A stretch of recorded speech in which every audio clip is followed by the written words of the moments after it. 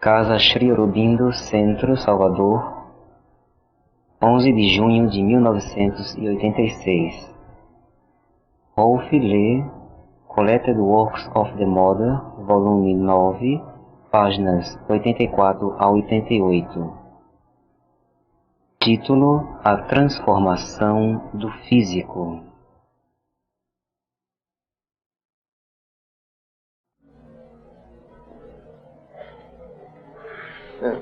Eu suponho que a gravação é por causa do tema família, não é? Que não vai cair hoje, não.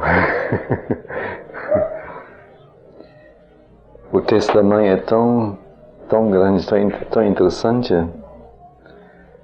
que eu achei que não seria para misturar, não.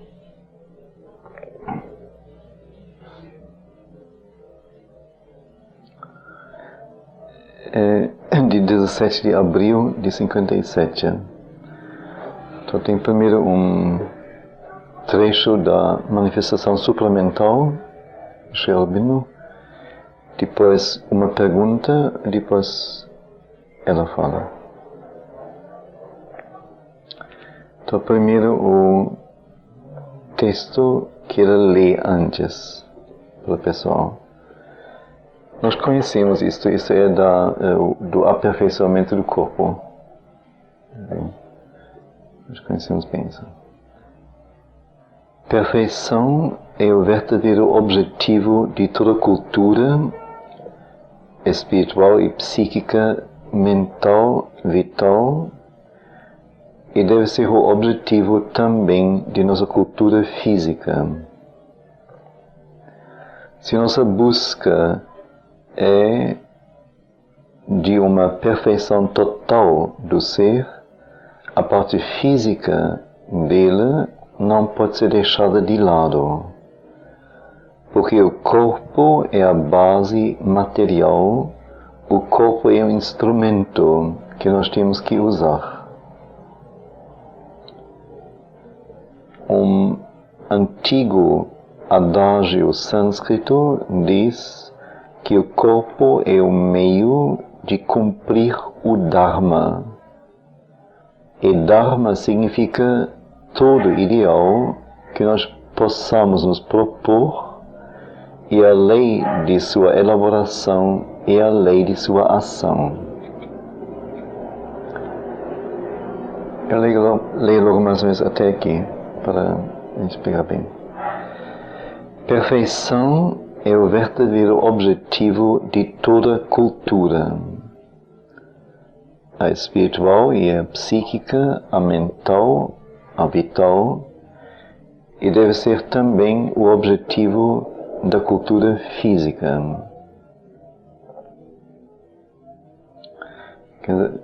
Praticamente ele diz, onde não há cultura,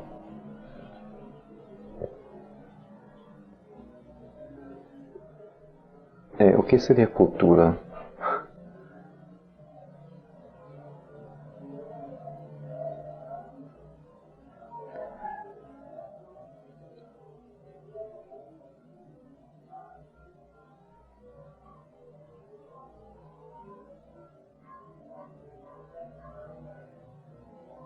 Cultura parece que é sempre o conjunto de vários elementos, algo mais complexo, senão pode haver cultura.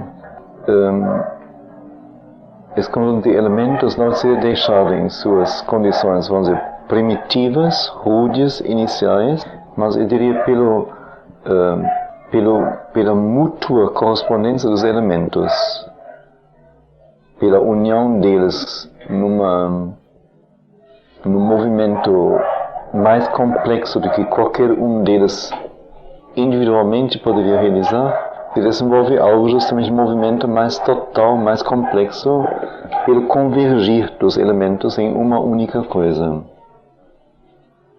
E parece que quanto mais elementos convergem para isto e se combinam, tanto mais ampla a cultura de uma pessoa. Uma pessoa que foi, vamos dizer, polida, purificada, treinada, educada, em muitos sentidos, Quanto mais profundamente, quanto mais totalmente, quanto mais versatilmente, tanto maior a cultura da pessoa. Não é uma posse exterior de bagagem, vamos dizer, intelectual, ou de conhecimento, ou de comportamentos. Isso não é cultura, não tem nada a ver com cultura. Mas cultura é onde o próprio ser se moldou a partir do encontro, da recepção e como que da digestão e da assimilação, talvez, de muitas influências, muitos elementos, que como que moldando o ser, ficaram nele, não do lado de fora, mas realmente integraram o ser.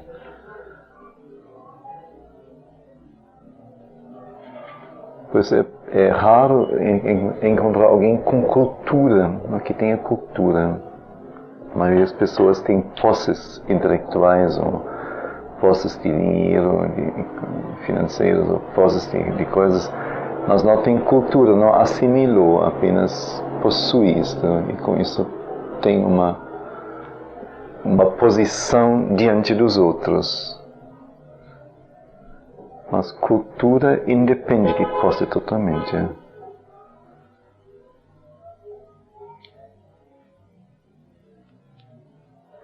Não é cultura ter um grande apartamento com 1000 tipos super luxo e com 1000 equipamentos. Isso não significa cultura. Isso é sinal de riqueza externa.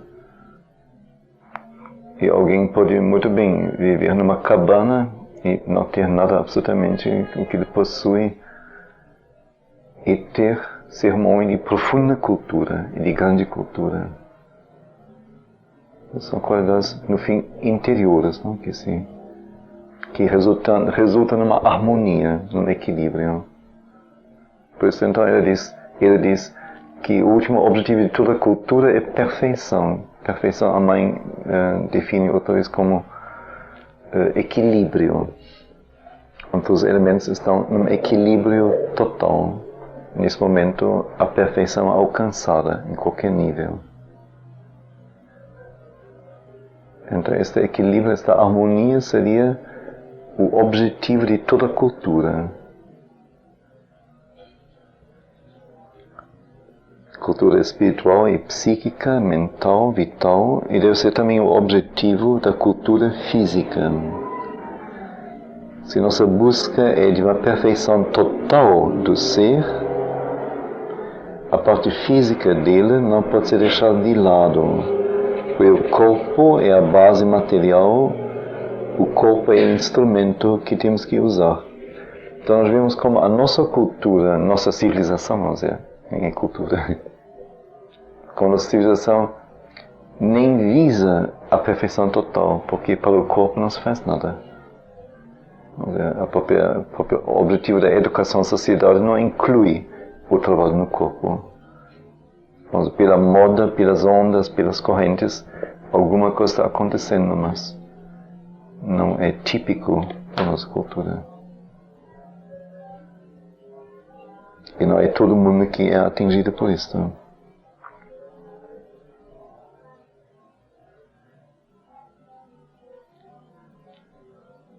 Porque o corpo não pode ser deixado de lado. O corpo é a base material, o corpo é o instrumento que nós temos que utilizar.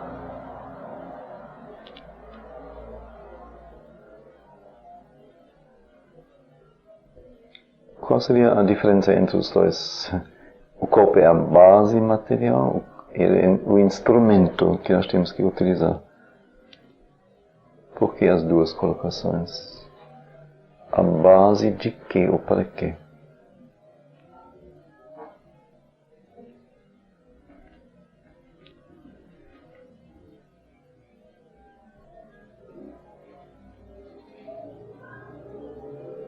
A base para o trabalho a ser feito.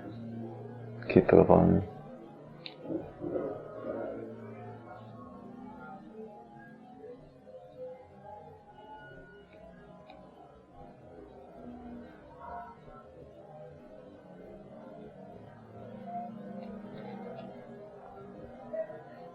Um trabalho assim de cada vez uma progressiva manifestação, né, de uma outra energia que veio. Né? Acho que não precisa ir tão longe. O corpo é a base material de quê? Sim? Nós não podemos existir sem o corpo. O nosso ser não existe sem ter uma corporificação material. Sem ele, nosso ser não existe, simplesmente. Para qualquer coisa, para sentir, para pensar, que nem precisa pensar em evolução agora, em trabalho especial de energia fora de nós. Qualquer coisa para sentir, me emocionar, para qualquer coisa. Sem o corpo não poderia fazer nada. Ele não existiria, simplesmente. É a base material para tudo. Qualquer coisa. Qualquer uma.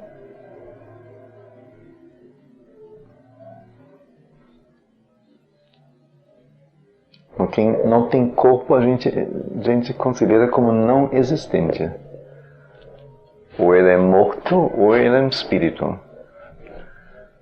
Então, para nós não é existente. O corpo é a base material para existirmos aqui. E o instrumento, em que sentido? O corpo é o instrumento que nós temos que usar, obrigatoriamente. Por quê? Da realização. Realização de quê?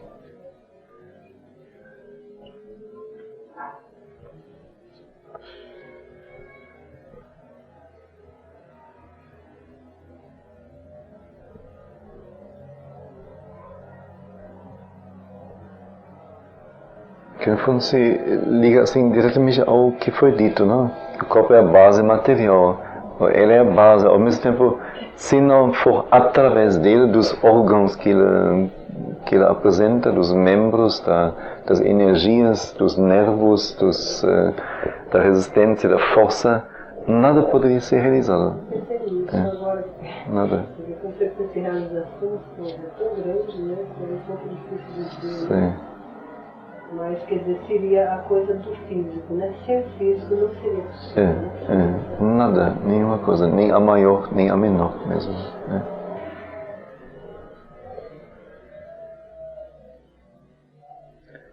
Então, um antigo adágio sânscrito diz: o corpo é o meio de cumprir o Dharma. E Dharma significa todo ideal que nós possamos propor a nós é a lei de sua elaboração e a lei de sua ação.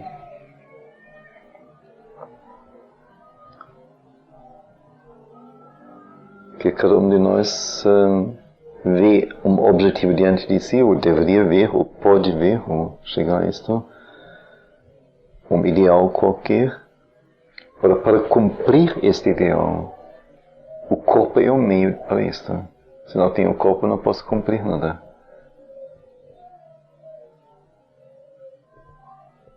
Então o corpo deve ser capaz de cumprir realmente o Dharma.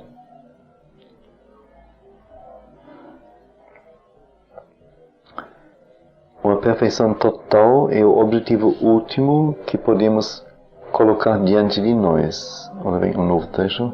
Uma perfeição total, então incluindo o corpo, a mente, etc. Porque nosso ideal é a vida divina que nós queremos criar aqui.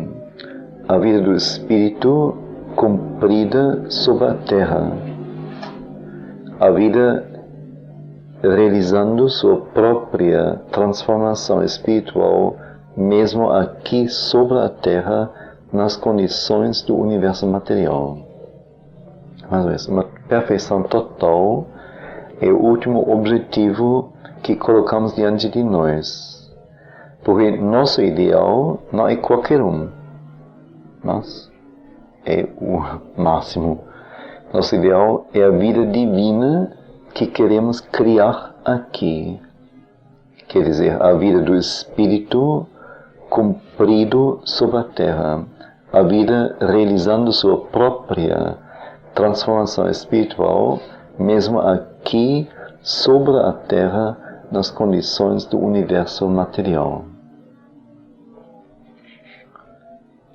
que é uma vida divina além da Terra, em qualquer outra região, mundo, mas aqui no universo material, sobre a Terra. Então, isto não pode ser realizado a não ser que o corpo também seja submetido a uma transformação, a não ser que sua ação e funcionamento atinjam uma capacidade suprema e a perfeição que é possível para ele ou que pode ser tornada possível. Então, para que possa haver a vida divina aqui sobre a Terra e para que possa a vida realizar a sua própria transformação espiritual na Terra, é indispensável que o corpo também seja submetido a uma transformação. Porque a vida nossa está em nosso corpo e depende do corpo. Sem o corpo não teríamos vida. Então, se a vida deve ser transformada espiritualmente, então o corpo tem que ser transformado. Impossível, no corpo como ele está, uma vida diferente, divina ou espiritual, existir. Isso significa, então, que o corpo, que não só o corpo, mas também a sua ação e seu funcionamento atinjam uma suprema capacidade e atinjam a perfeição que lhe é possível ou que pode ser tornado possível, que pode ser tornada possível a perfeição.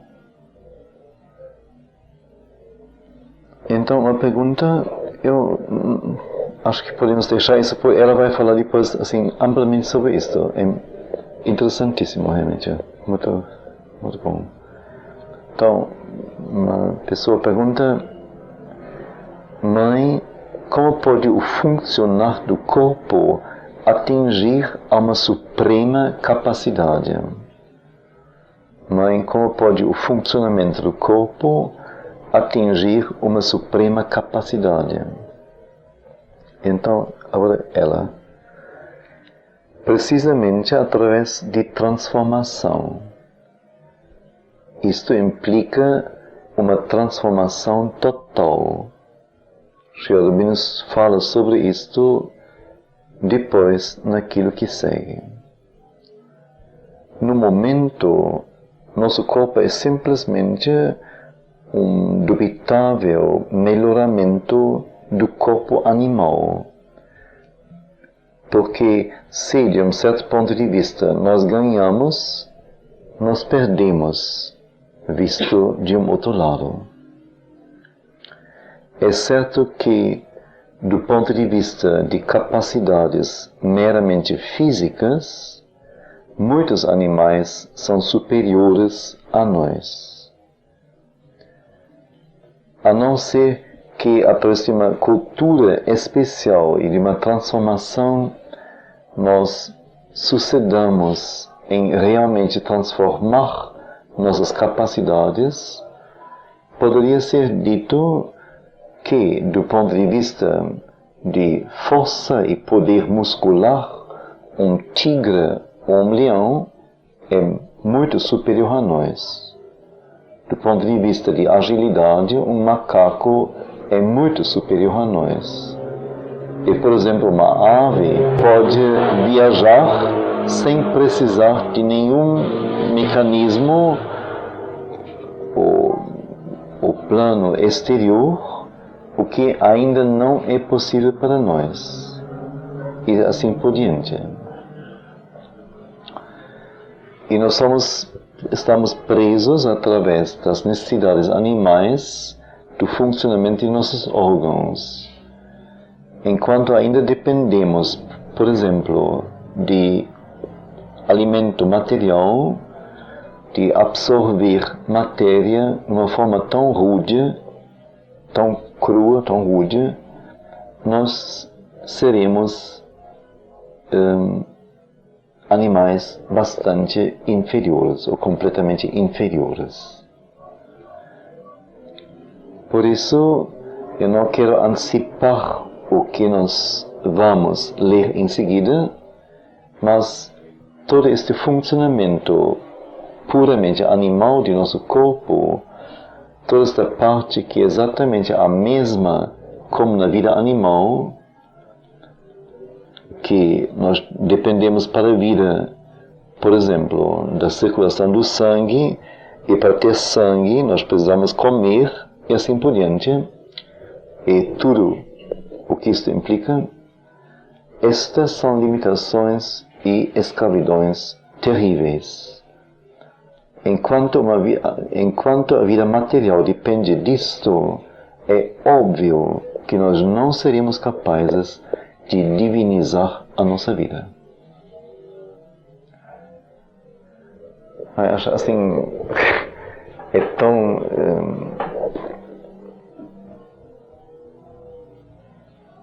tão supremamente bom, não, poder ouvir isto, porque nós não sabíamos nada realmente. E há assim, em cada assim, em toda a humanidade, como que um falso assim desejar e achar que sim, e quem sabe em certas condições, e já ouvi isto, aquilo, e isto, aquilo lá, e isto, aqui. E fica assim, essa coisa vaga, essa coisa assim, nunca clara. E então, aí eu não tenho uma espécie de confiança total nela. Eu tenho essa confiança total nela. Então a Cida diz que enquanto a vida material depende destas coisas todas, das coisas que são meramente animais e materiais, então é óbvio que nós não seríamos capazes de divinizar a nossa vida. Então nós deveríamos, nós temos que assumir que a animalidade no ser humano deveria ser substituída por uma outra fonte de vida. E esta é completamente concebível. Não apenas concebível, mas parcialmente realizável. E este é obviamente o objetivo que nós deveríamos colocar diante de nós se quiséssemos transformar a matéria e torná-la capaz de expressar qualidades divinas. Querem que eu leia mais vezes até aqui? Agora vem assim outra colocação. Acho bom, não? Então a pergunta foi: como é possível que o corpo atinja uma suprema capacidade, ou como o funcionamento do corpo atinja uma capacidade suprema, que não só limitada e servindo a uma vida terrestre, mas é uma capacidade suprema. E ela diz então, precisamente através de transformação. Isto implica uma transformação total. Sri Aurobindo fala sobre isto depois naquilo que segue no livro, a manifestação suplementar. No momento, nosso corpo é simplesmente um dubitável melhoramento do corpo animal, porque se ganhamos de um certo ponto de vista, nós perdemos visto do outro lado. É certo de que, do ponto de vista de capacidades puramente físicas, muitos animais são superiores a nós. E a não ser que através de uma cultura e transformação especiais, nós sucedamos em realmente transformar nossas capacidades, poderia ser dito que, do ponto de vista de força e poder muscular, um tigre ou um leão é muito superior a nós. Nós temos, vamos dizer, isso é verdadeiro e justamente o homem procura como que provar de que ele no mínimo é igual a esses animais, não? Pensa em caças, pensa em lutas de homem e leão, homem e tigre, não? Tem gente treinada nisto. Acho que na Roma antiga tinha tais coisas, não? Pensa na Espanha, a luta com o touro sempre, não? Quer dizer, é uma coisa assim constante lá. Quer dizer, o povo livre precisa ver como o homem, com sua inteligência, sensibilidade, agilidade, é capaz de vencer mesmo um animal tão forte como um touro, um boi. Quer dizer, na verdade uma primitividade de visão. Querer se colocar de igual ao animal mais feroz, mais forte. A questão não pode ser essa. Nisto, a nossa capacidade não está, que vai nos levar adiante. Do ponto de vista de agilidade, o macaco é muito superior a nós. Então, artistas de circo ou acrobatas poderiam eventualmente concorrer com ele. Dançarinos também, eventualmente. E, por exemplo, uma ave pode viajar sem precisar de nenhum mecanismo exterior, o que ainda não é possível para nós. E assim por diante. Que nós podemos só viajar pelo ar no avião.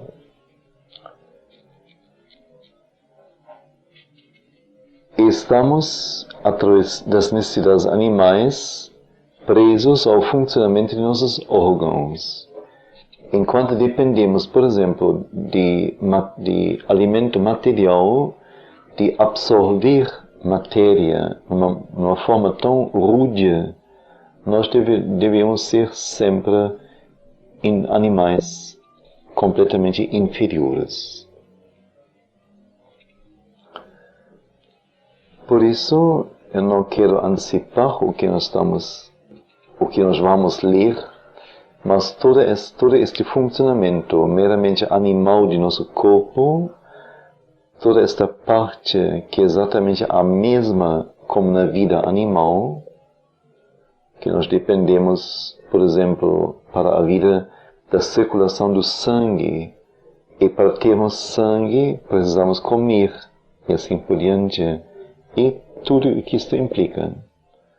Estas são limitações e escravidões terríveis. Enquanto a vida material depende disto, é óbvio que nós não seríamos capazes de divinizar a nossa vida.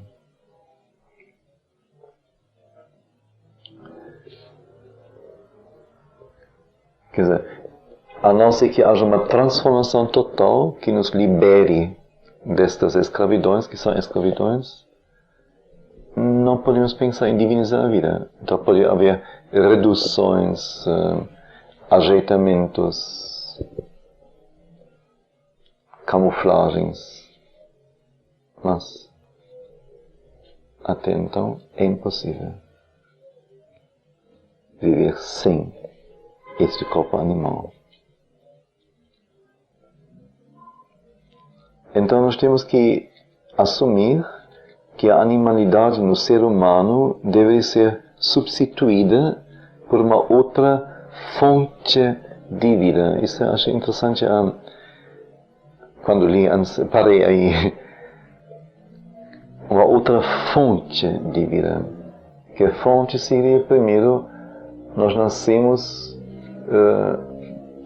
a partir do instinto de propagação, do mecanismo de propagação que existe em toda a vida.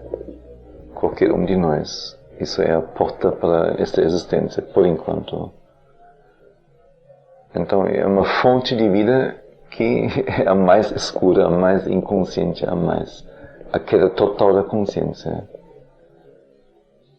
que produz ou que fertiliza, que possibilita que a vida humana comece.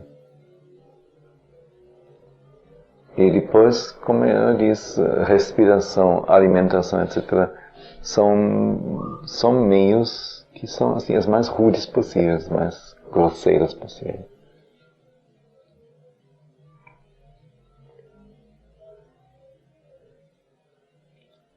Então, a fonte, quer dizer, que fornece vida, que dá energia, que possibilita a vida, ela deveria ser diferente. Senão, estamos no reino dos animais. E ela diz, esta outra fonte de vida, a substituição da atual, é bem concebível. E não apenas concebível, mas parcialmente realizável. Isso é obviamente o objetivo que nós deveríamos colocar diante de nós se nós queremos transformar a matéria e torná-la capaz de expressar qualidades divinas. Eu posso continuar agora. Nas tradições bem antigas, havia uma tradição mais antiga do que a védica. A védica, supomos, data de 5.000 a.C., 4.000 a.C. E a caldeana, não sei, é uma coisa bem caldeana, quer dizer, uma outra caldeana, não importa, uma outra tradição parece da Europa, não? Ou Ásia, caldeia, caldeus. Caldeus é o povo, né? A língua tradição. É de onde? É um povo antigo. Sim. Bom, se for seria Oriente Próximo, não? Ou Europa mesmo, não sei. É Ásia, sim. Deve ser Oriente Próximo, possivelmente. Quer dizer, uma tradição mais antiga do que a védica e do que a dos caldeus, que então deveria ter sido a fonte de ambas estas mais antigas tradições que nós conhecemos. E nesta tradição assim tão antiga, que deve ser considerada a fonte das duas, já se fala de um corpo glorioso, entre aspas, que seria plástico o suficiente para ser transformado a cada momento através da consciência mais profunda. Ele expressaria esta consciência, não teria nenhuma fixidez de forma. Essa tradição menciona luminosidade. A matéria constituinte poderia tornar-se luminosa à vontade.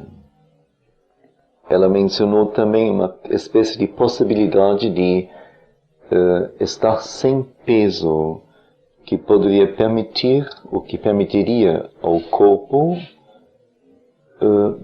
movimentar-se no ar somente pela ação do poder de vontade, através de certos processos de controle da energia interior, e assim por diante. Muito foi dito sobre essas coisas. Vou ler mais uma vez.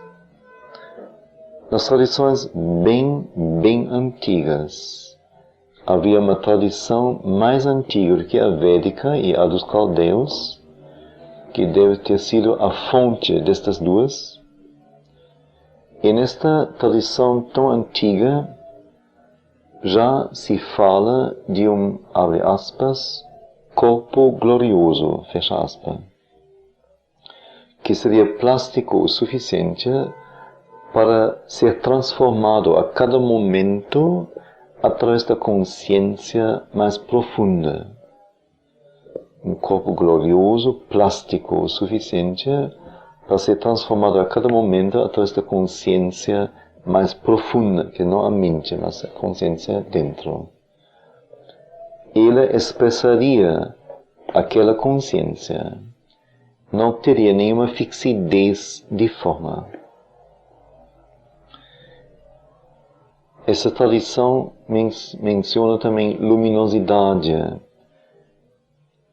quer dizer, a matéria constituinte poderia se tornar luminosa à vontade.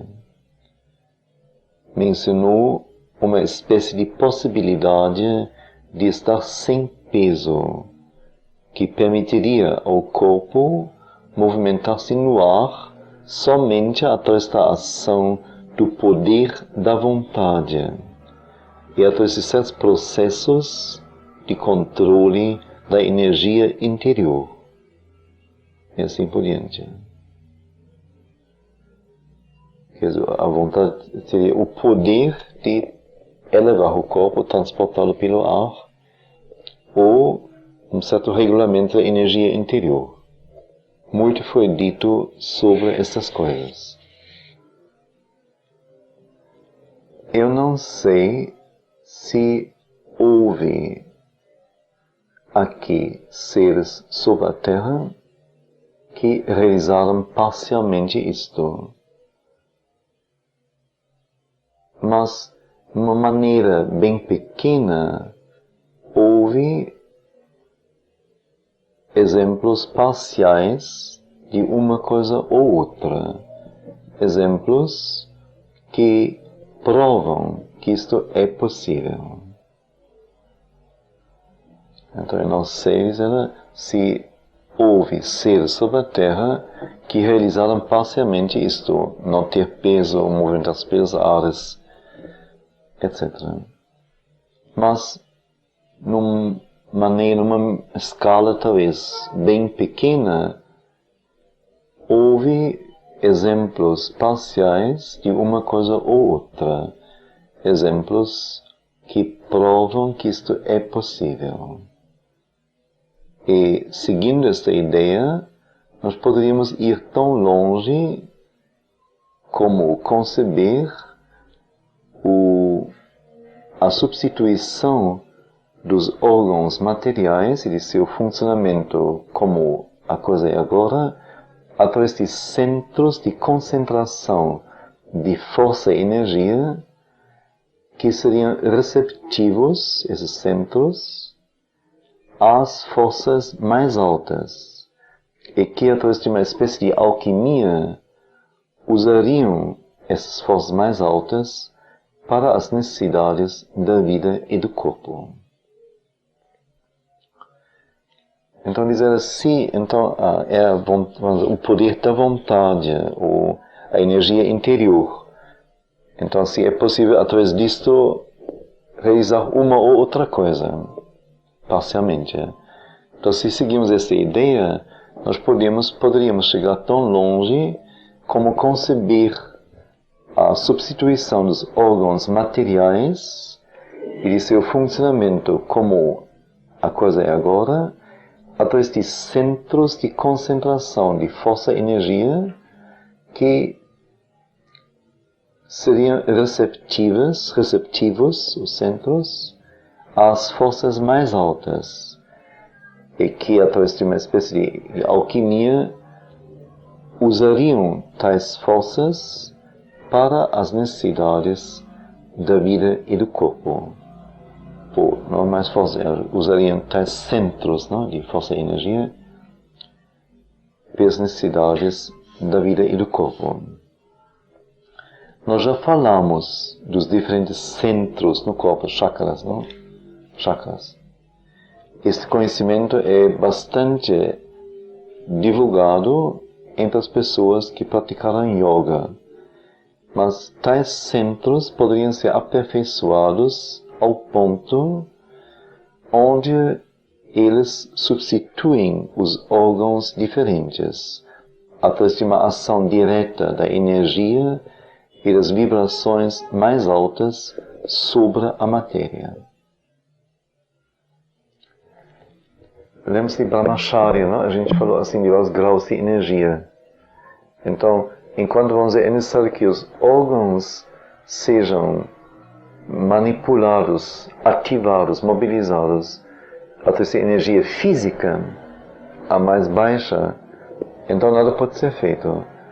Mas se é possível usar a energia mais alta direta no contato com a matéria, então a partir daí vamos dizer, os próprios órgãos podem ser substituídos. Quer dizer, enquanto é necessário que haja que a energia mais alta se traduza em energia vital, energia física, e depois só possa agir no corpo. Então, fica sempre a mesma coisa. Mas se for possível que sobre as partículas da matéria a energia mais alta haja, então a própria energia mais alta poderia como que formar novos, vamos dizer, novos órgãos dos elementos, das partículas materiais. Não mais os órgãos fixos elaborados por uma evolução material que vem do inconsciente. Mas como que um flexível, um plástico moldar de nem mais de órgãos nesse sentido, vamos dizer, algo que substituiria os órgãos, que assumiria as funções do corpo, os funcionamentos.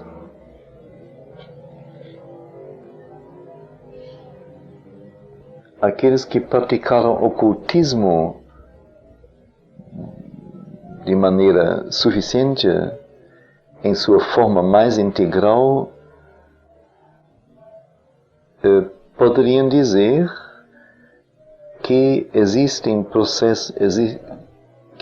o processo da materialização das energias sutis, e eles podem colocar essas energias sutis em contato com vibrações físicas.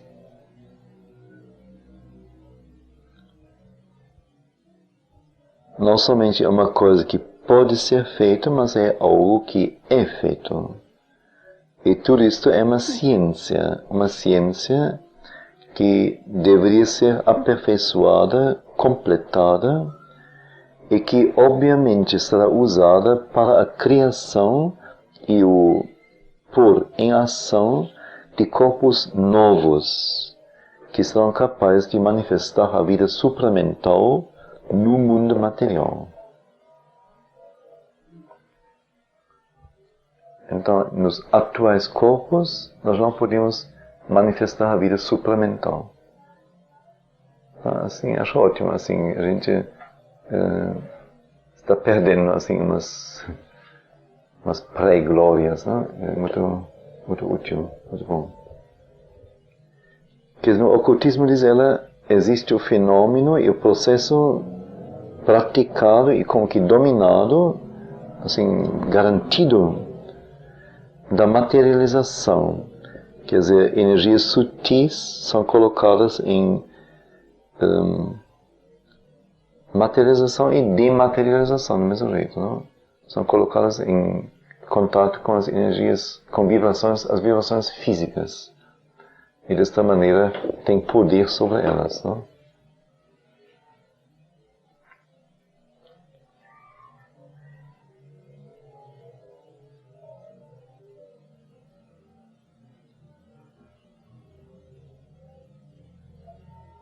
Quer dizer, no nosso caso sempre a coisa é grosseira, não? Vamos ver se, por exemplo, eu tenho, vamos dizer, entre nós, vamos dizer, em mim e Ricardo, por exemplo, existe uma tal conexão que um pensamento meu atinge ele. Ele vai pensar o que eu estou pensando e vai agora procurar aquela coisa e vai me trazer aquela coisa, ou vai fazer o que eu estou pensando que ele deveria fazer. Mas precisou, vamos dizer, de um cérebro para emanar um pensamento que entrou num outro cérebro. Ele vai agora com seus meios e com sua mão pegar uma coisa física já pronta para fazer isto ou aquilo. Então tudo não é direto, não é criativo, mas é tudo assim, ação sobre ação com coisas materiais. Aqui não. Aqui teria, então, em vez de você, teria, vamos dizer, um aglomerado flexível, livre, de partículas materiais, que têm sua própria vibração. E, vamos dizer, de mim se emanariam, vamos dizer, energias sutis o suficiente para pegar ou para se casar com as vibrações das partículas físicas que lhe constituem, sem forma fixa. E a partir daí, vamos dizer, seria possível você tomar uma forma, ou ser algo, ou se tornar algo, aquilo que for preciso. Mas sem precisar de nenhum objeto material, nenhuma força física, seria um simples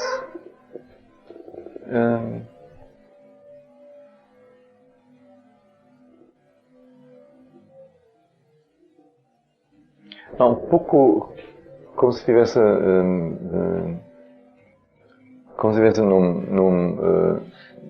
num vidro, vamos dizer, um líquido claro e dentro um líquido colorido, mais pesado um pouco. Então a gente pode ir, vamos dizer, soprando ou mexendo, dar este líquido dentro, assim, as mais variadas formas. Ele reagiria com facilidade, com flexibilidade. Então seria algo nesse sentido. Quer dizer, a energia sutil encontraria uma substância tão sublime, tão leve, de uma reação tão direta, sem nenhuma resistência, que a partir daí, vamos dizer, seria possível formar algo novo, realmente. Não variar o que existe, ou não, com base naquilo que existe, desenvolver algo um pouco mais adiantado, mas realmente criar algo novo, que no momento nem é possível. E nós temos que usar os materiais que existem, os tipos, os modelos que existem. Então esses seriam os novos corpos que seriam capazes de manifestar a vida supramental no mundo material. Mas, aí a coisa agora é interessante, aí entra o papel da casa, por assim dizer. Mas, como Sri Aurobindo diz, antes disto poder ser feito, é bom utilizar tudo que temos a fim de aumentar e tornar mais exato o controle das atividades físicas. É bem óbvio, é interessante o que ele diz agora, bate perfeitamente com o que lemos sobre a perfeição inferior e a perfeição mais alta, a perfeição espiritual e a perfeição inferior, os dois fins da última vez, as duas extremidades. Quando ele diz que tem pessoas que queriam provar que numa condição de consciência espiritual elevada eles seriam capazes de produzir coisas melhores do que os grandes artistas e filósofos. Que então diz que absolutamente, realmente as pessoas fizeram coisas nesta condição muito melhores do que faziam comumente. Mas qualquer gênio artista com domínio de sua técnica e do material que ele usa, seria capaz de fazer coisas 1000 vezes melhor do que essas pessoas. Mas, diz ela então, nós deveríamos ter o artista ou a pessoa que tem esse domínio e a isto acrescentar a condição espiritual. Aí realmente surgiria algo divino mesmo. Então ele fala aqui praticamente a mesma coisa. Então, mas como Sri Aurobindo diz, antes disto poder ser feito, quer dizer, a criação de novos corpos, a dematerialização, por assim dizer, e depois uma nova materialização, é bom utilizar tudo o que nós temos a fim de aumentar e tornar mais exato o controle das atividades físicas. É bem óbvio que aqueles que praticaram cultura física cientificamente, quer dizer, com real base, não fantasiosamente, e com coordenação, adquirem um controle sobre seus corpos que é inimaginável para pessoas comuns. Quando os ginastas russos vieram aqui, eles lá receberam assim várias vezes visitas, sempre só de esportistas, porque eles tiveram uma grande cultura física lá, de esporte, não acham? Talvez assim da Alemanha, da Rússia, Tchecoslováquia, quer dizer, grandes esportistas demonstrando para eles lá no ashram o que eles faziam. Não sei como isso aconteceu, mas aconteceu realmente. Então, quando os ginastas russos vieram aqui, nós vimos com que leveza eles faziam exercícios que para o homem comum são impossíveis. E eles os fizeram como se fosse a coisa mais simples no mundo. Não havia nem mesmo o menor sinal de esforço. Bem, esta maestria já é um grande passo em direção à transformação do corpo. E estas pessoas que eu poderia dizer são materialistas pela profissão, não usaram nenhum método espiritual em sua educação. Era somente através de meios materiais e através de um uso iluminado, esclarecido melhor, através de um uso esclarecido da vontade humana que eles alcançaram este resultado. Se eles tivessem acrescido a isto um conhecimento e poder espirituais, eles teriam atingido resultados quase miraculosos. Por causa das ideias falsas que prevalecem no mundo, nós normalmente não vemos estas duas coisas juntas, a maestria espiritual e a maestria material. E então sempre se é incompleto um sem o outro. Mas isto é exatamente o que nós queremos fazer e o que Sri Aurobindo vai explicar. Se as duas coisas são combinadas, o resultado pode alcançar uma perfeição que é impensável para a mente humana comum, e é isto o que nós queremos tentar. Acho que nem precisa repetir, não? Claro, não? Repetir? Não.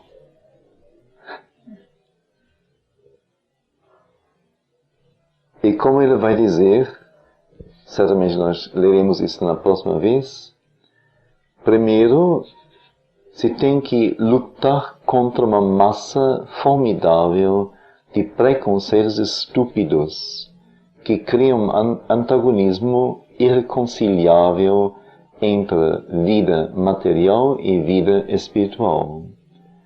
E é algo tão profundamente enraizado na consciência humana que é muito difícil erradicar isto, mesmo naqueles que pensam que entenderam ou compreenderam o ensinamento de Sri Aurobindo. E muitas pessoas disseram, quando, por razões completamente diferentes, eu comecei a fazer de novo meditações aqui, finalmente estamos voltando à vida espiritual. Isto foi realmente o que me preveniu, me impediu de fazer as meditações por um longo tempo. Foi para não encorajar esta estupidez. Mas por outras razões foi necessário fazê-las, então eu as fiz. Enquanto esta bobice não está apagada da consciência humana, a força suplementar sempre o achará notavelmente difícil não ser engolida na escuridão de um pensamento humano que não entende nada. Pronto. No entanto, nós vamos ser bem-sucedidos. Escolhi este livro, a Manifestação Supramental, a fim de ter a oportunidade de colocá-los em contato com uma verdade expressa numa forma quase lutadora, a fim de lutar contra esta velha divisão, esta total falta de compreensão da verdade eterna. E talvez quando nós terminamos de lê-lo, eu serei capaz de dizer-lhes por que nós começamos de novo as meditações, mas certamente não para, abre aspas, retornar à vida espiritual, fecha aspas, exclamação. Isso é tão profundamente enraizado. Mesmo aqueles que externamente professam que estejam compreendendo, quando pensam na vida espiritual, pensam imediatamente em meditação. Agora é maravilhoso. Aí estamos. Então, no entanto, nós agora faremos uma, mas a razão é diferente. Depois, entre aspas, entre parênteses, meditação.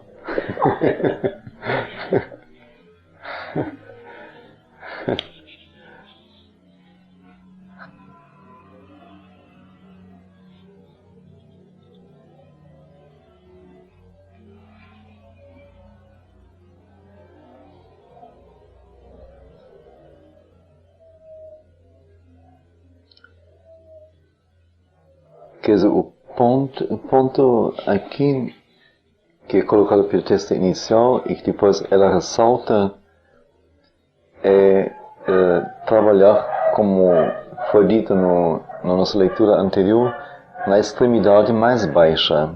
Quer dizer, começar a subirmos do nosso lado o mais que pudermos.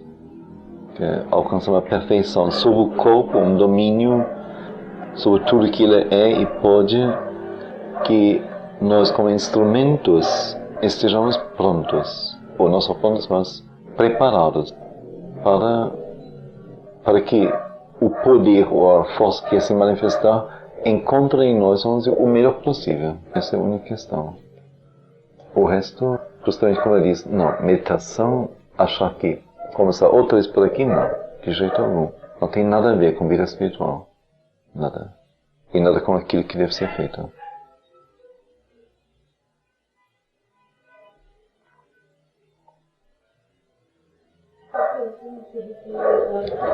Sim.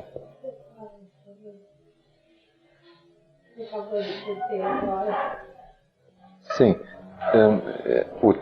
A leitura hoje começou com a leitura do texto de Sri Aurobindo, em que ele fala que a perfeição é o objetivo de toda a cultura, e também a cultura física.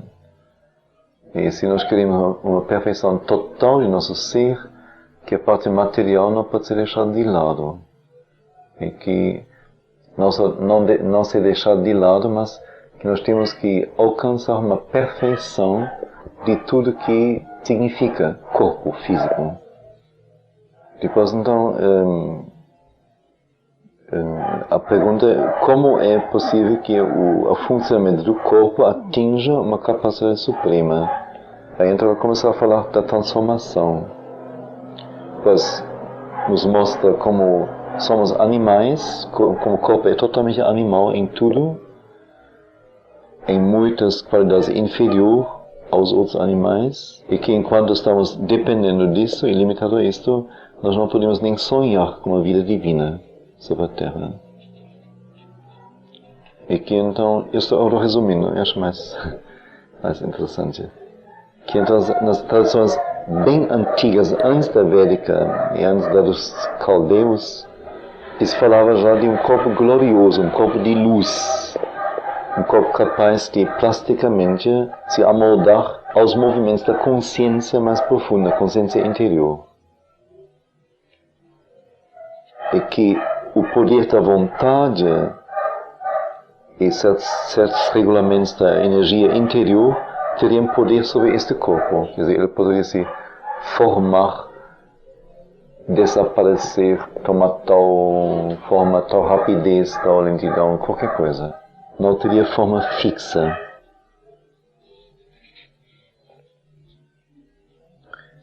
E então ele diz que, embora ela não saiba que alguém sobre a Terra já tenha realizado isto, mas que parcialmente uma qualidade ou outra já foi realizada. Isso já existe.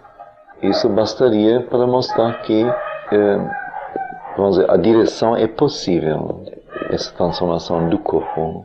A questão então seria, isso é interessante porque nós sempre pensamos só muscularmente, vamos dizer, para nós a agilidade do corpo é tudo praticamente. Ele diz a questão seria substituir os órgãos materiais a esse senso de consciência. Foi o que ela fez, justamente. Porque a questão justamente é tanto alimentação, respiração e o próprio funcionamento do corpo, quer dizer, todas as vísceras e tudo mais. Então, enquanto isso permanece, estamos sem outro recurso, não? Totalmente presos à natureza e ao animal. Não tem jeito. E há uma subconsciência, uma inconsciência. E então ela cita o ocultismo, que ela foi longe no ocultismo, e diz da possibilidade da materialização de coisas.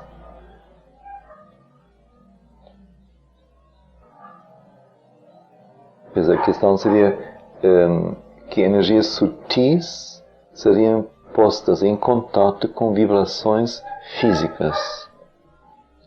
E a partir daí então algum poder das energias sutis sobre o físico. Mas um poder então não só vamos de cura, ou de bem-estar, ou de mal-estar, ou o que for, mas um poder de transformação do próprio físico, de uma reorganização das células, dos átomos, das partículas. E certamente diz ela, esses métodos do ocultismo serão usados para a criação e para o pôr em ação de novos corpos, que um dia serão capazes de manifestar a vida supramental no mundo material. Então não será gente como nós que demonstrou que viverá sobre a Terra a vida supramental, mas serão outros seres realmente, mesmo exteriormente. Agora, antes aí então vem o ponto, não? Antes disto poder ser feito, diz Sri Aurobindo, é então bom chegar na cultura física ao máximo. E então ela fala dos russos lá, dos esportistas, que fizeram com maior leveza o que para uma pessoa comum seria impossível, mesmo com grande esforço.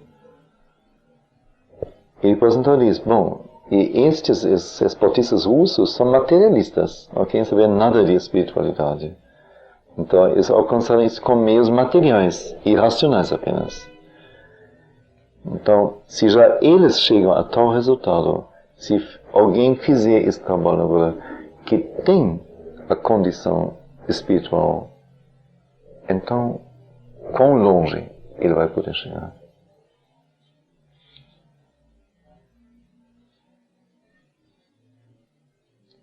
Mas isso está difícil justamente porque existe, vamos dizer, na mente de todo mundo esta ideia de que as coisas têm que ser divididas. Ou você faz uma coisa ou outra, ou você é espiritualista ou materialista. Mas não é possível juntar as duas coisas. Enquanto justamente é preciso juntar as duas. E então ela fica assim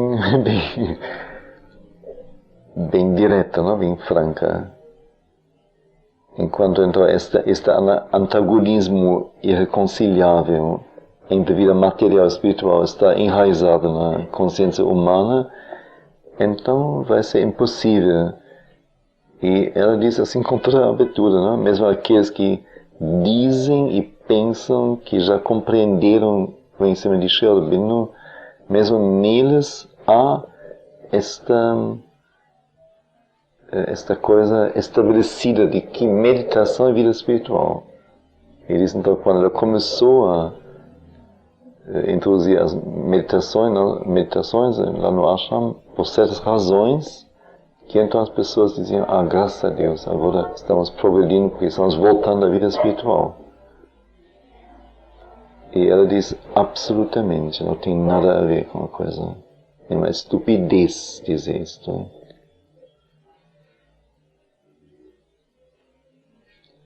E então ela escolheu esse livro, A Manifestação Supramental, para possibilitar que as pessoas entrassem em contato com uma verdade que é expressa neste livro de uma maneira quase de luta, que é lutadora. a fim de lutar contra esta velha divisão, esta falta total da compreensão da eterna verdade.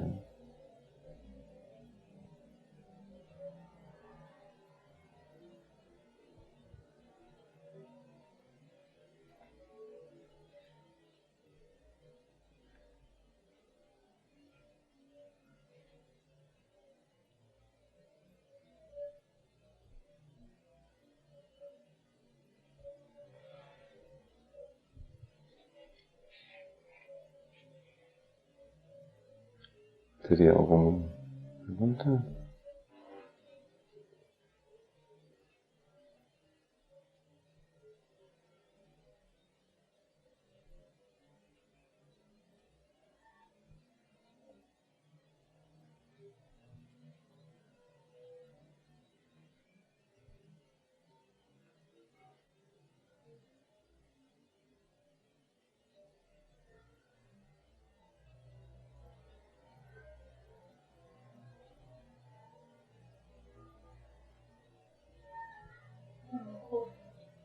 Essa passagem sutil para o corpo, eu compreendi como você colocou, mas queria que falasse mais um pouquinho. Não sei como que eu senti.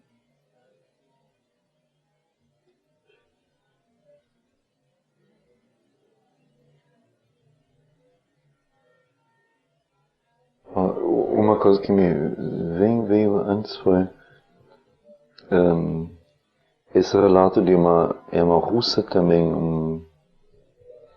uma pessoa que teve assim, que nasceu com poder mental sobre objetos, não sobre coisas. E ela foi assim testada cientificamente por americanos e filmada e com aparatos assim, que mediram a energias, a vibração cerebral e tudo mais enquanto ela fazia essas experiências. E foi assim totalmente assim sem os cientistas poderem explicar, mas é comprovado, não? Então, quer dizer, ela então está na mesa e ela olha ou ela se concentra e de repente a fita cassete vai começar a caminhar e vai subir aqui, vai descer aqui, ao outro lado e vai cair para ela ou vai cair para o outro lado.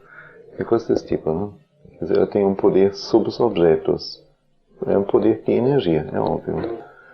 E a tarefa mais difícil que ela tinha, o teste mais difícil foi, ela foi colocada foi criada assim especialmente para isso. Então, num aposento e tinha na frente dela como tipo aquário, um vidro espesso, assim, não sei se foi de meio metro ou mais espesso, quer dizer, bem espesso, assim, feito especialmente.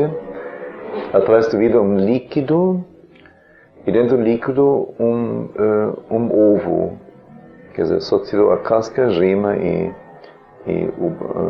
como se diz? Gema e clara juntas, não é?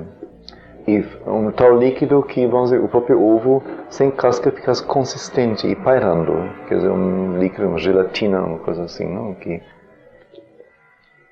E ela estava a distância não sei de quantos metros disto e tinha meio metro de vidro espesso entre ela e a coisa, né? Quer dizer, condições materiais totalmente impossível é tocar ou é penetrar ou fazer alguma coisa. E ela cheia de aparatos que medem a frequência cerebral e não sei, o batida de coração, mil coisas assim nela. E o pessoal reunido aí.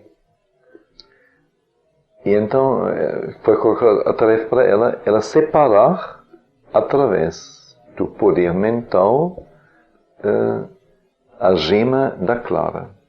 Separar as duas coisas, ela aí sentada. E ela fez isso.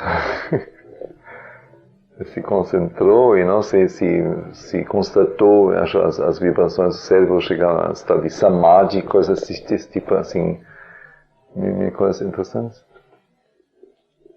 E ela conseguiu separar dentro desta gelatina onde o ovo estava a clara da gema e Bom, terminou aí. Ela quase cegou atrás do esforço que ela fez. Quer dizer, foi uma tal força, ela emagreceu, me parece, 5 quilos nessa sessão, por aí, sentada só, se concentrando, e quase cegou, que precisou depois de meses para se recuperar. E tal foi a concentração dela. Mas ela conseguiu. Então aí se vê, como ele diz, em um ou outro caso excepcional, podemos dizer, uma pessoa que tem dons excepcionais, não foi treinada nisso, isso foi natural dela. Mas se uma pessoa tem, deve ser possível para todos, numa outra medida. A questão é muito, que barra muito são nossos conceitos, assim, nossa educação é tudo, não? Aí estamos perdidos totalmente.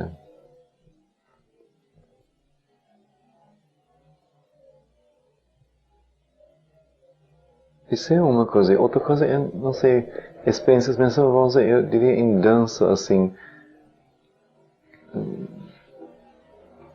Vamos dizer, quando o movimento é muito lento, por exemplo, ou muito intenso, como quase, eu diria, a própria energia cria a mão já antes da mão física estar lá. Que já, o movimento já ocorre antes. E eu acho que isso são coisas que são perceptíveis, mesmo para quem assiste. Ou a sensação, vamos dizer, você faz um movimento mínimo e você tem a sensação de um movimento enorme que é realizado. E todo mundo vê um movimento enorme. Quer dizer, isso são coisas que ultrapassam a mera região física, não? Quer dizer, o físico se torna instrumento o médium de energias que são muito além da energia física. Mas tudo isso é pouco, não é nada em relação ao que deve ser feito. Não é? E também aqueles relatos, eu já falei sobre isso de Lama Anagarika Govinda, não? Em sua viagem através do Tibete, dos corredores Lumpa, não sei, eu já contei isso uma vez. Isso é interessante. Ele fez uma vez, no manhã, ele era pintor também, gostava de pintar. Então ele saiu do camping, assim, ele estava no alto das montanhas do Himalaia, só com seu grupinho de nativos, de tibetanos. Ele saiu, assim, vestido bem de leve, não? Bermuda e camisa leve, sandália, só. E as coisas de pintura. E queria, lá no Tibete, as cores são, assim, magnas e, assim, enormes. E foi se afastando, então ele passa assim por várias coisas. Uma primeira coisa é uma espécie de pântano de sal, onde tem sal cristalizado por baixo do sal, é uma crosta só. A gente afunda e é assim, perigo de vida. Então ele contorna isso depois, ele passa sobre uma descida com pedras redondas, onde tem cascos de cavalo enfiados e não sabe se explicar como, mas vamos dizer, uma pegada mais forte lá, pisando mais forte lá, e tudo se torna uma avalanche de pedras e tudo vai embora. E ele então, de algum jeito, assim, saltando de uma rocha para outra, atravessa isto, e chega no fim, assim, para um lugar onde ele acha que aí é o lugar certo para pintar. Então lá ele pinta e fica assim maravilhado. E de repente eles veem que as sombras ficam compridas, que já é entardecer.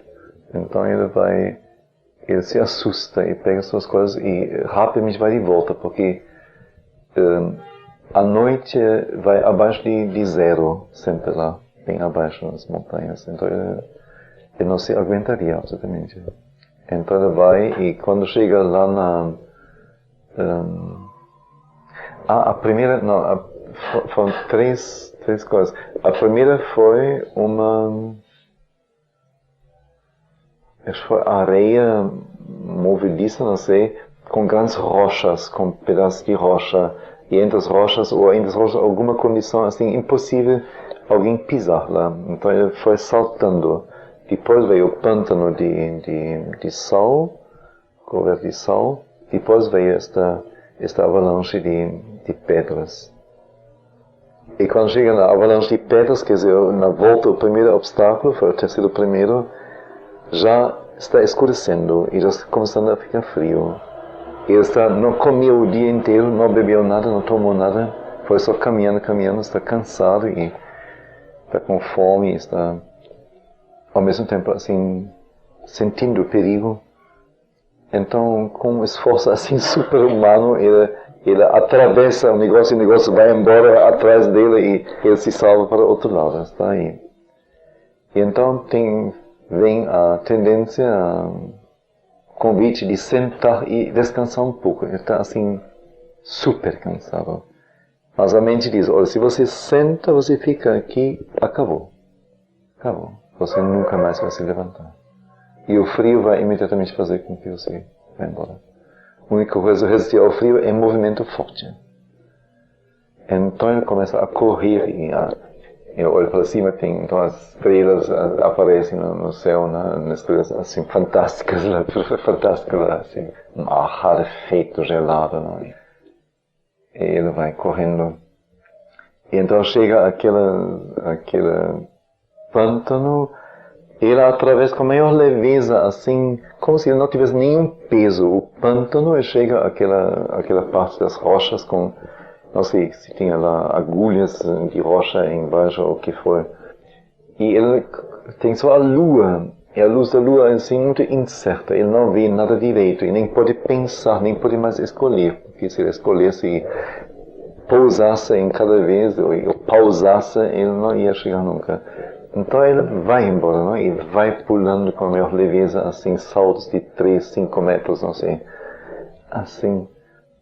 E atravessa tudo e chega perto do camping e ainda alguma engana de direção, mas depois ele vê o fogo e corre para lá e grita e desmaia, o pessoal vem e pega e ele é salvo. Então isso foi assim...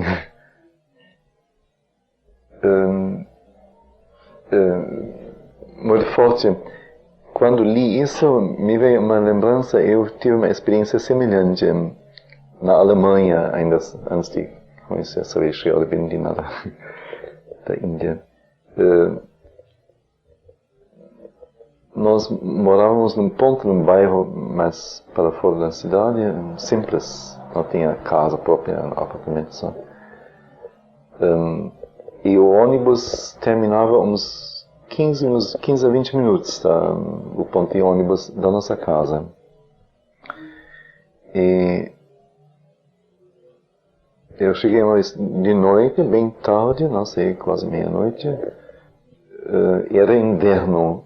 Inverno em Berlim é arrasador, não é? Assim, muito frio mesmo, 10, 12 graus abaixo de zero, ou 20, eventualmente. Pode ser. Era muito frio e eu comecei a correr. E tinha a estrada era reta, a rua era reta, a rua larga, com um tipo de acácias, árvores só, o tronco e os galhos nus.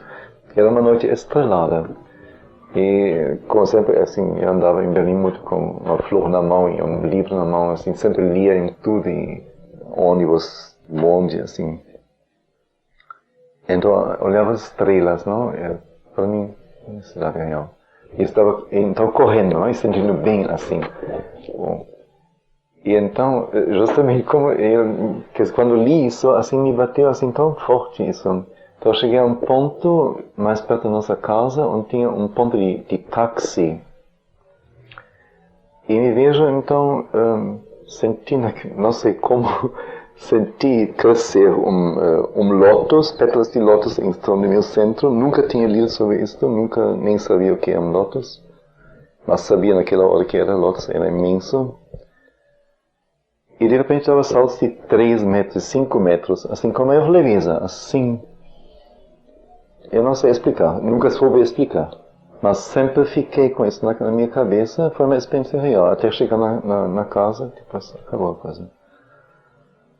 E quando li isso, uns 15 anos depois, 20 anos depois, assim, coincidia assim perfeitamente com aquela descrição do Lama Anagarika. Era a mesma coisa, a mesma experiência. E ele então fala dos corredores de, acho, Lumpa, é o termo em Tibete.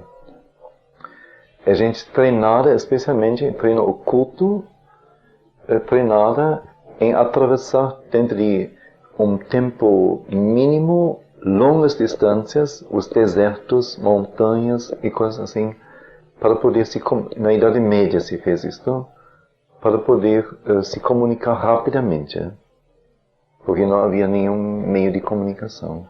Em ocasiões especiais, tais corredores foram mandados. Eles foram treinados. Então eles pulavam, corriam assim. Quer dizer, depois do treino, então, se tornaram leves e conservaram uma energia diferente e saltaram, assim, longos saltos, assim, atravessando rapidamente longas distâncias, desertos e tudo mais, condições não humanas. Então, algo nesse sentido, tudo isso já existe com a experiência subjetiva, ou foi feito, já treinado até, mas tudo como que a parte e só um ou outro, mas não foi uma coisa, não é uma coisa, vamos dizer, uma posse da humanidade. Mas tudo isso é possível.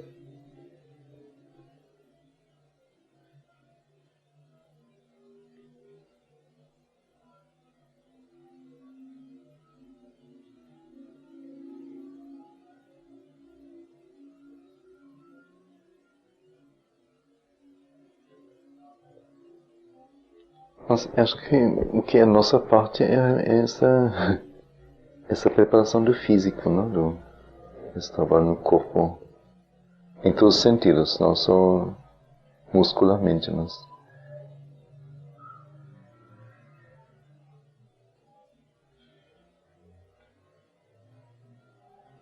Interessante também estruturas sonoras, não? Essa proposta das concentrações no corpo, alguma coisa está aí também. A gente nunca desenvolveu isso realmente. E comprovadamente a facilidade das crianças de realizar isso.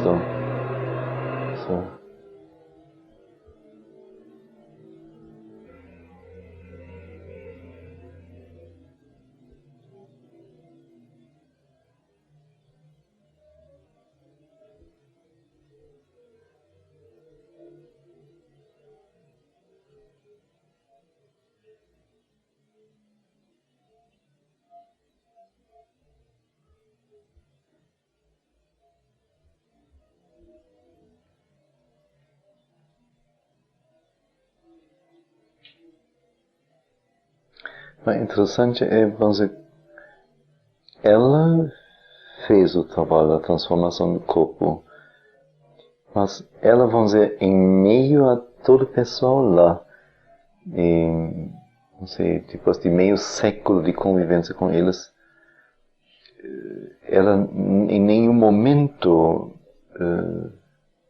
ao que parece, pensou, admitiu a possibilidade, vamos dizer, de fazer isso como que uma escola, não?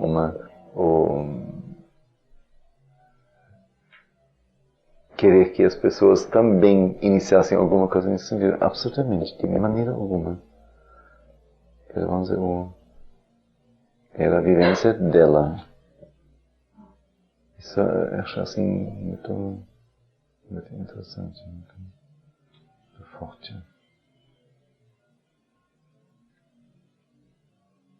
E exatamente está, vamos dizer, a partir do impulso do passo que ela deu, é óbvio que o movimento, a partir daí, vamos dizer, está em andamento, não? Está ocorrendo.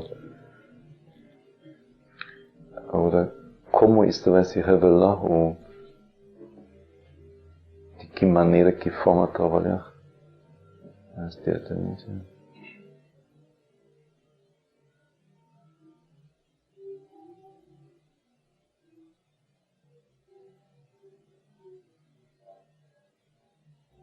Você vê, assim, tudo pode se dizer o que até então foi certo, né? O pai ligar ao filho, o guru ao discípulo. Tudo abandonado, tudo abolido totalmente, não existe. Mas se a verdade quer se manifestar, ela se manifestará. Ou não precisa das ligações humanas comuns para fazer isso. De jeito algum.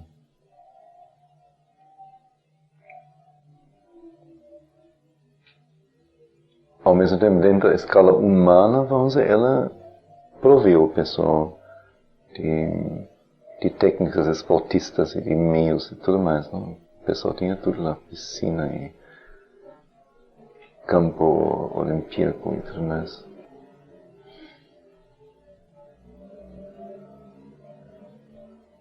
É interessante tudo isso. Também, aqui, eu lendo isso com vocês e alguns de vocês dormindo, cochilando. É assim, bem a situação, né? Ainda não está na hora para isso, parece. Ainda não estamos prontos para isso, não estamos abertos. Ou só parcialmente.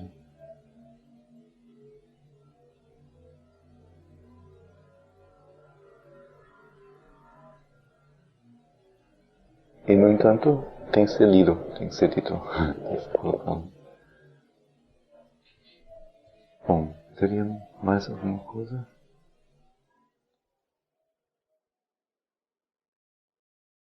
Eu uso essa grosseria aqui nesse estrondo do aparelho quando desliga. Que coisa impossível, não é? Já os aparelhos mais novos já não tem mais isso, não? Ou veja o que você falou contra do disco laser, não é? Então não é mais agulha física que toca um disco físico, mas é um raio, né? Então, quer dizer, não é por aí, mas é como que no fundo estamos como que neste campo realizando coisas que talvez quanto mais deixamos de realizar em nosso próprio campo do corpo e do interior e do ser humano, tanto mais realizamos lá, quer dizer, como que uma compensação, não é? Mas no fundo é exemplo perfeito, não? O disco laser acho assim perfeito, não? O que você falou da vibração física que desperta embaixo, no disco, mas por um raio, que é por energia sutil, não é? Embora natureza física também, no caso. É assim mais ou menos isso.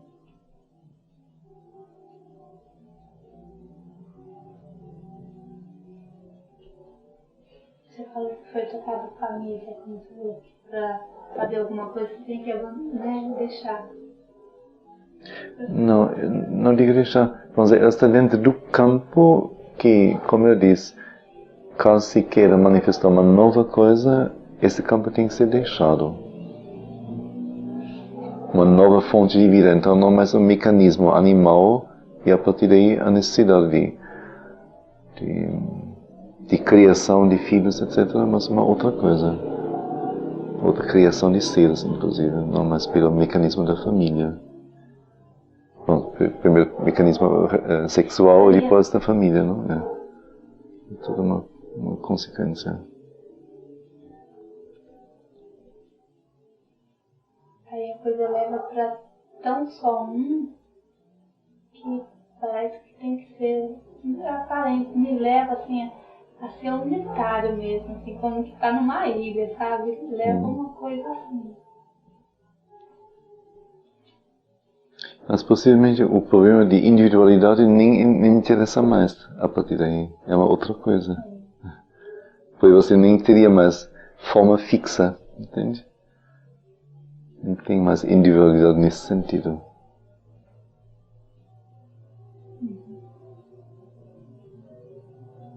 E talvez nós, com a nossa pobre individualidade, somos muito mais uniformes do que esses seres que a qualquer momento podem ser qualquer coisa, não é?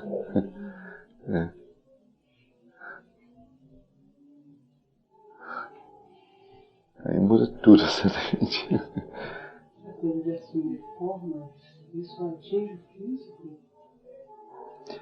Me parece que ela diz, em dado momento, aqui não, mas outro texto. Então você pode ter um corpo físico e não pode ter, como você quiser. Se você quiser ter um corpo físico, enquanto você quer, você tem. Quando você não quer, você abandona o corpo físico. Mas lá é mais submisso ao mecanismo de morte, de nascimento, de vida, de alimentação do corpo, etc. Você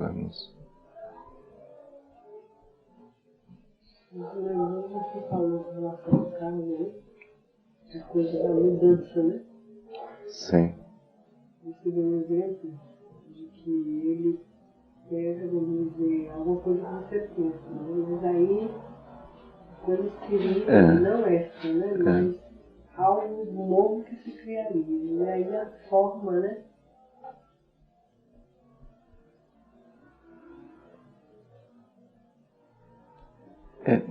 Como que não haveria mais necessidade de formas mesmo. Ou só se isso for desejado por alguma razão, mas não haveria mais necessidade de forma. A forma implica justamente a fixidez.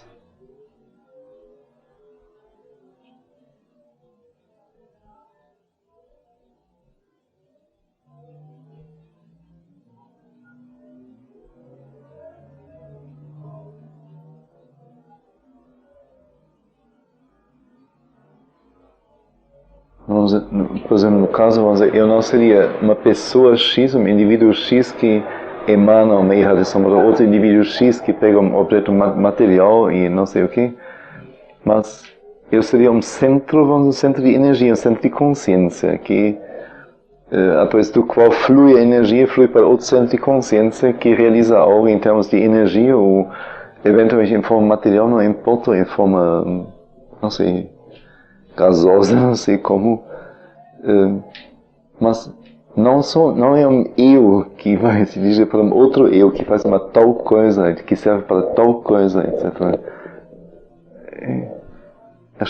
É um movimento simplesmente que ocorre, mas não tem originador, não tem utilidade, não tem direção, não tem objetivo.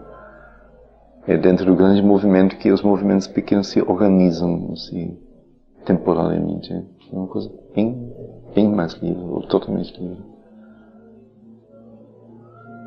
O que no fundo está por detrás de tudo aquilo que a gente também faz, vamos dizer.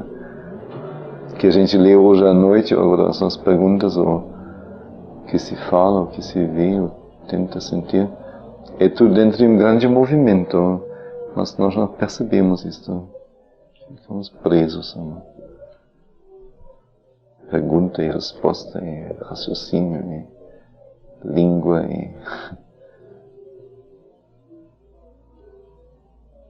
Acho um pouco como eu mostrei nos slides, não? Nos superpostos, onde justamente assim essa noção das formas fixas, conhecidas, se dissolve e coisas conhecidas de repente têm uma outra dimensão, uma outra coisa parece assim potente, um potencial simplesmente. Alguma coisa nesse sentido.